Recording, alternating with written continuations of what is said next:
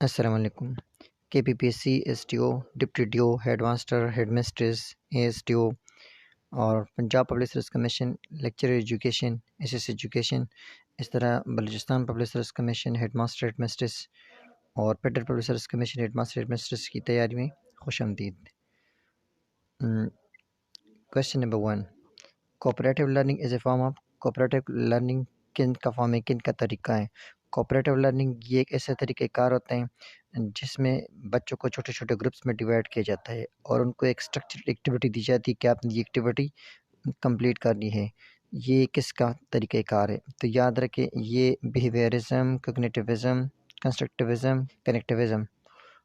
तो ये तरीक़ेकार जो है ये कंस्ट्रक्टिविज्म वालों का है। तो हमारे पास यहाँ पे करेक्ट ऑप्शन सी है, यानी बच्चों को छोटे छोटे ग्रुप्स में डिवाइड करना और उनको स्ट्रक्चर्ड एक्टिविटी देना, और वो स्ट्रक्चर्ड एक्टिविटी जब वो परफॉर्म करते हैं तो इसको हम कहते हैं कोऑपरेटिव लर्निंग। ये कंस्ट्रक्टिविज्म वालों का तरीक़ाकार है। Question number 2, an lesson planning covering sheet provides information about. Lesson plan का जो कवरिंग शीट होता है वो हमें क्या इन्फॉर्मेशन प्रोवाइड करती है? Introduction, background up to class, setting the target, presentation. तो अगर हम देखें तो ज़्यादातर लोग ये कहते हैं कि बैकग्राउंड ऑफ द क्लास या सेटिंग द टारगेट के मतलब आपने क्या क्या करना है वो प्रोवाइड करती है। तो ये गलत है। याद रखें कि कवरिंग शीट पे आपका नाम लिखा होता है, क्लास का नाम लिखा होता है, टॉपिक लिखा होता है, ठीक है, और आपने कितने दौरानिए में ये करना है। तो ये इंट्रोडक्शन हमें प्रोवाइड करती है। तो यहाँ पे ऑप्शन ए करेक्ट है। And next question, IQ learning अब slow learner falls in the range. जो स्लो लर्नर है, जो जल्दी सबक नहीं सीख सकते, उनका IQ लेवल क्या होगा? तो स्लो लर्नर का IQ लेवल ये 70 to 80 होता है।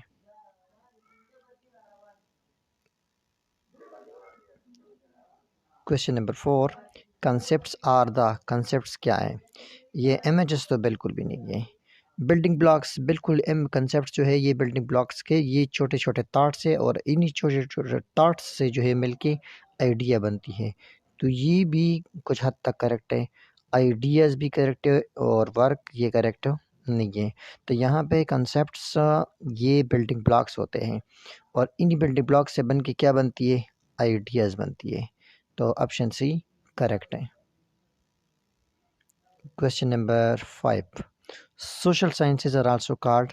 सोशल साइंसेज को क्या कहा जाता है? Hard sciences, soft sciences, natural sciences, pure sciences.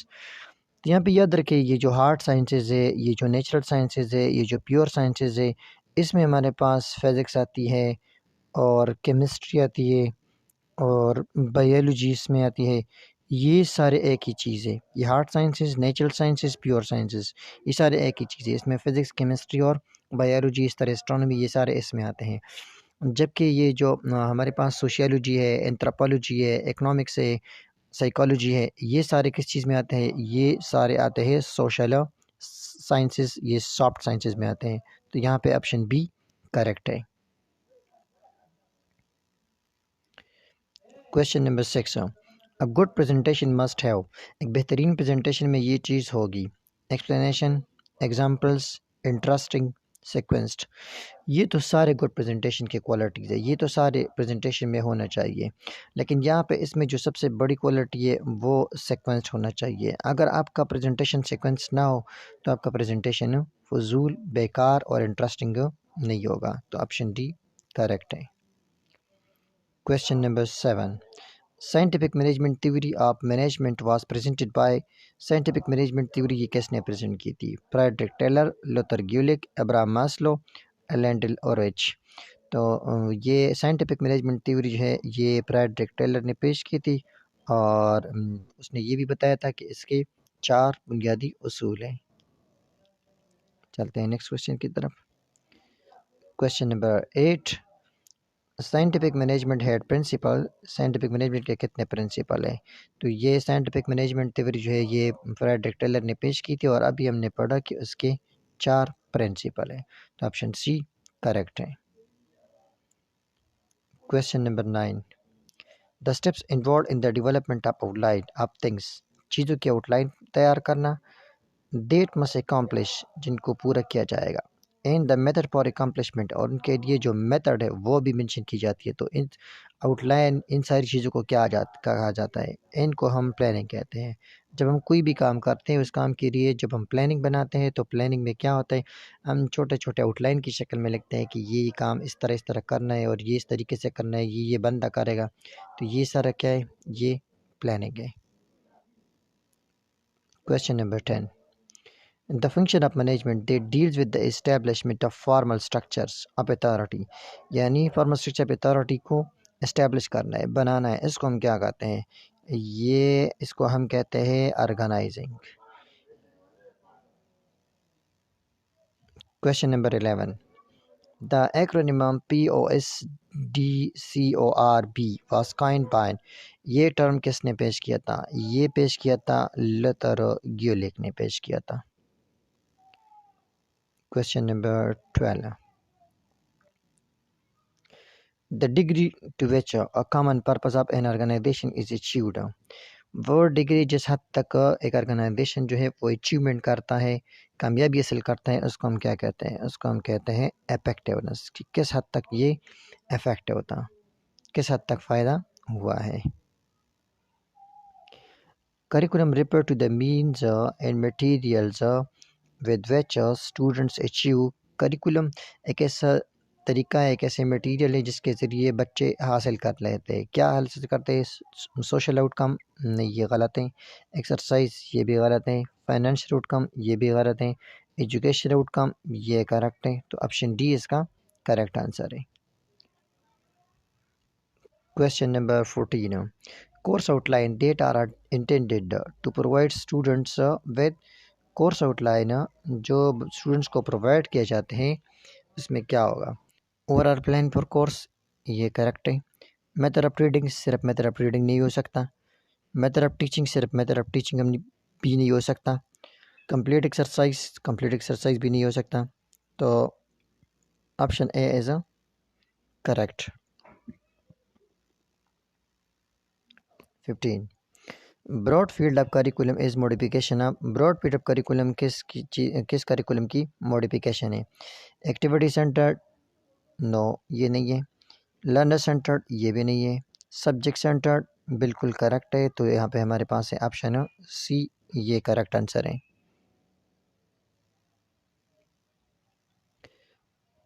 Question number 16, the characteristic of activity centred curriculum, activity centred curriculum की खसूसियात क्या है। स्टूडेंट इंटरेस्ट, बिल्कुल इससे स्टूडेंट इंटरेस्ट बढ़ती है। ओवरऑल डेवलपमेंट भी होती है। टर्निंग ऑफ प्रैक्टिकल वर्क भी होता है। तो इसका आंसर है all of above. Question 17, curriculum development refer to the total process of curriculum, curriculum development में टोटल प्रोसेस में हम क्या करते हैं। डिज़ाइनिंग, ये तो ठीक है। इम्प्लीमेंटिंग, ये भी ठीक है। इवैल्यूएटिंग, ये भी ठीक है। तो इसका आंसर भी क्या हुआ, all of above. The value of curriculum can be check through, education में किसी भी चीज़ की वैल्यू हम एक ही चीज़ से चेक कर सकते हैं और वो है evaluation. Option C is correct. 19, cognitive development deals with aspects of child development, cognitive development में बच्चे की कौन सी डेवलपमेंट की जिक्र की जाती है। तो कॉग्निटिव, ये इसमें फिज़िकल नहीं की जाती बल्कि इसमें मेंटल डेवलपमेंट की स्टडी की जाती है। तो यहाँ पे करेक्ट ऑप्शन है option B.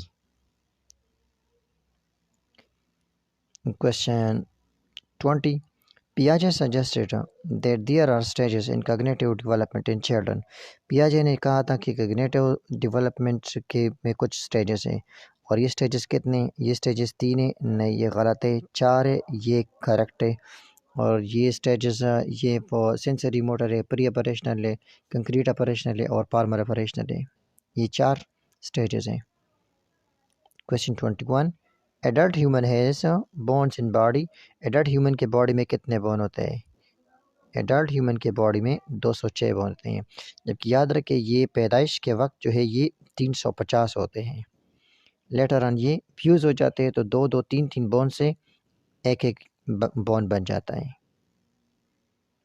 Question 22, presented the view that play is important for strength imaginary power child।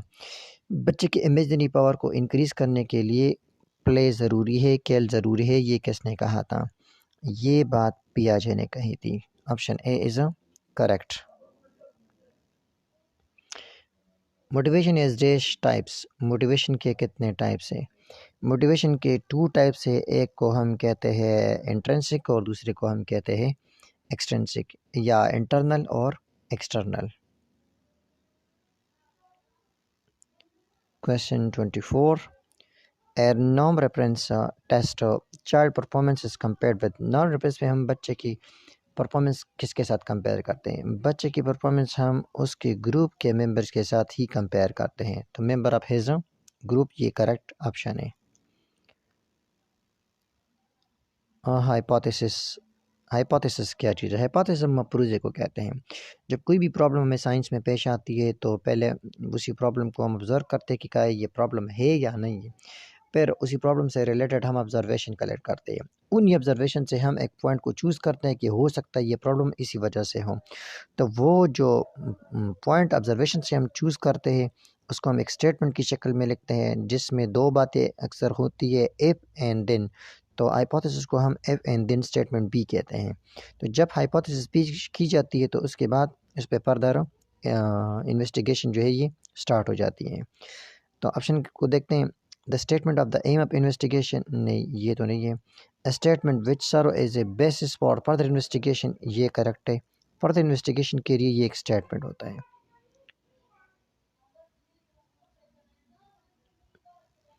Question 26, which method is top down approach. कौन से मेथड को हम टॉप डाउन अप्रोच कहते हैं? मतलब जिसमें हम जनरल से स्पेसिफिक की तरफ आते हैं।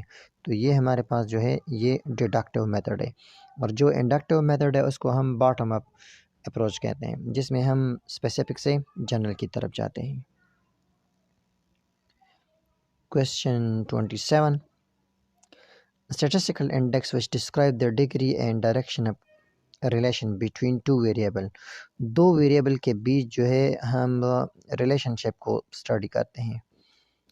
2 वेरिएबल के बीच रिलेशन को जो हम स्टडी, इसको क्या कहते हैं? रिग्रेशन कहते हैं? नहीं, रिग्रेशन नहीं कहते हैं, मीन्स भी नहीं कहते हैं, इसको हम को रिलेशन कहते हैं। Option C is correct. Question 28, which type of research provides strongest evidence about existence of cause and effect relationship? cause and effect relationship की बात आ गई तो यहाँ पे ऑटोमेटिकली ये किस चीज़ की तरफ इशारा है? ये काज और इफेक्ट की बात ये एक्सपेरिमेंटल रिसर्च में होती है। ऑप्शन बी करेक्ट है। Question 29, research that is done to understand an event from the past. Past event को स्टडी करना है। एक्सपेरिमेंटल रिसर्च, नहीं ये नहीं है। कोरिलेशनल, ये भी नहीं है। रिफ्लेक्शन, ये भी नहीं है। हिस्टोरिकल रिसर्च, ये करेक्ट है क्योंकि बात पास्ट की आ गई है। Question number 30, what is the opposite of variable. Variable का अपोजिट क्या है? वेरिएबल मीन जिस पे चेंजेस आती रहती है। तो वेरिएबल का अपोजिट ऑटोमेटिकली क्या होगा? कांस्टेंट, जिसमें चेंजेस नहीं होती। अगर आपको ये वीडियो अच्छी लगी हो तो चैनल भी सब्सक्राइब करें और प्लेलिस्ट में जाके और वीडियोस भी देखें और अपने फ्रेंड्स के साथ भी शेयर करें। Thank you for watching this video. अल्लाह हाफिज़।